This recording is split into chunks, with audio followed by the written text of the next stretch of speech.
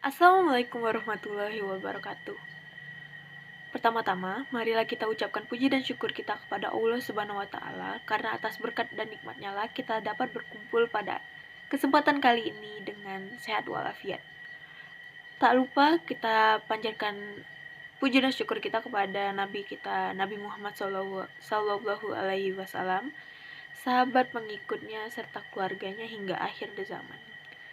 Perkenalkan, nama saya Anissa Vina Aulia dan hari ini saya akan mempidatokan teks yang berjudul Bumi Kita, Masa Depan Kita dengan tema lingkungan. Pertama-tama, marilah kita mulai dengan mengucapkan terima kasih kepada para penonton video ini karena telah menyempatkan atau mengambil sedikit waktunya untuk menonton video ini, serta terima kasih kepada Ibu Ratna Sari Dewi yang telah menugaskan tugas video ini. Mari kita mulai pidato kita dengan membicarakan lingkungan. Seperti yang kita ketahui, lingkungan adalah tempat di mana kita tinggal dan beraktivitas. Lingkungan tempat tinggal kita sekarang ini sudah banyak tercemar oleh berbagai polusi, mulai dari limbah-limbah domestik yang dibuang sembarangan, bahkan tak jarang ada masyarakat yang dengan sengaja membuang sampah ke sungai. Polusi juga bukan hanya berasal dari limbah rumah tangga, melainkan datang dari penggunaan bahan bakar fosil. Dari yang kita ketahui, dari hampir seluruh masyarakat, bukan hanya di Indonesia, tapi hampir seluruh masyarakat dunia memilih untuk menggunakan kendaraan pribadi dibanding dari kendaraan umum ataupun bersepeda. Padahal kendaraan bermotor mengeluarkan emisi gas yang bisa mencemari udara di lingkungan kita. Polusi bukan hanya satu-satunya masalah yang dihadapi oleh lingkungan kita. Manusia saat ini juga dihadapkan pada masalah penggunaan energi tak terbarukan yang berlebihan. Energi yang berasal dari bahan bakar minyak, digunakan untuk pembangkit listrik, kendaraan, hingga produksi di pabrik-pabrik. Penggunaan energi tak ramah lingkungan ini turut memperparah polusi. Bayangkan saja bagaimana kita bisa bertahan nantinya jika lingkungan satu-satunya tempat tinggal kita ini tidak dapat dihuni. Sungai penuh dengan sampah, jika musim hujan, air tidak dapat mengalir dengan sempurna. Resikonya adalah banjir yang akan menggenangi pemukiman. Harta, benda, bahkan nyawa menjadi taruhannya. Kemudian, tanah tempat kita berpijak juga penuh dengan limbah-limbah berbahaya. Plastik, kotoran, dan sampah tertimbun dalam tanah. Mereka tak bisa terurai dengan baik. Hal ini juga menghadirkan problem baru bagi lingkungan. Ingatlah bahwa tanah tempat kita berpijak akan memiliki kualitas yang buruk karena sampah. Para petani tak bisa lagi bercocok tanam karena tanah yang rusak.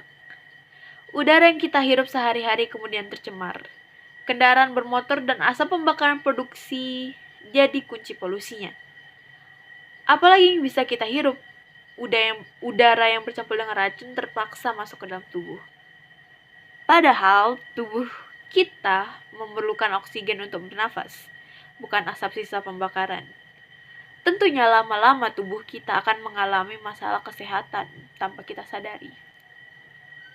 Bayangkan bagaimana jika lingkungan satu-satunya tempat tinggal kita ini penuh dengan polusi. Di mana lagi kita akan mengungsi? Planet bumi hanya satu. Kita hanya bisa tinggal di planet ini. Semakin hari, polusi semakin bertambah, sampah semakin menggunung. Pembakaran bahan bakar fosil semakin cepat. Kita semakin tak peduli dengan lingkungan, kondisi kebersihan tempat tinggal. Pohon-pohon semakin banyak yang ditebang, gunung semakin hari semakin gundul akibat pembalakan. Lalu, mau kapan lingkungan dan bumi ini bisa bertahan? Jika semua sudah rusak, bencana yang akan datang. Tidak ada lagi air bersih yang bisa diminum, tidak ada lagi pohon yang bisa menghasilkan oksigen, tidak ada lagi pohon yang bisa menyerap air di dalam tanah. Apakah kita masih belum cukup ulah kita pada lingkungan ini?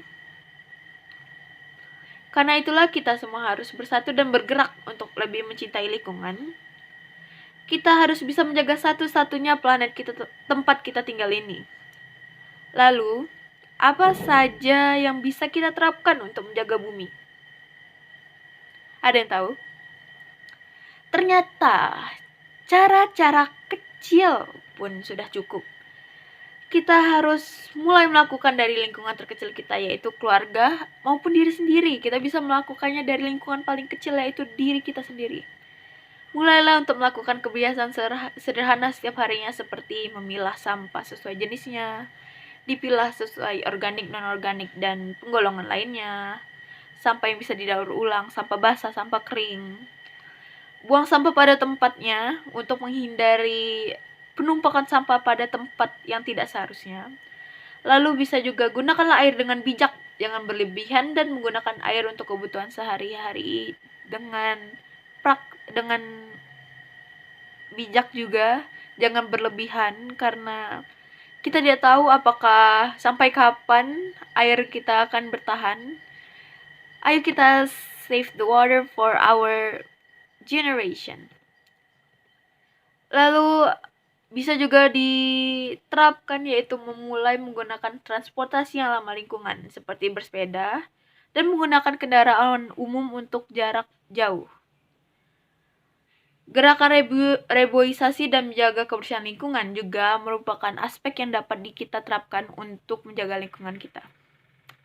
Sebagai penutup, saya ingatkan sekali lagi bahwa lingkungan yang bersih adalah kunci kesehatan. Maka dari itu, marilah kita menjaga lingkungan kita tetap sehat dengan melakukan kegiatan-kegiatan yang telah saya ucapkan tadi. Mencintai bumi tak harus dilakukan dengan cara-cara besar. 6 cara sederhana seperti yang telah saya sebutkan tadi pun sudah cukup. Asalkan kita bisa lakukan setiap hari, jadikanlah kebersihan lingkungan sebagai kebiasaan. Itu saja yang dapat saya sampaikan. Jika ada kata-kata kurang berkenan, saya mohon maaf. Kepada Allah saya mohon ampun. Wassalamualaikum warahmatullahi wabarakatuh.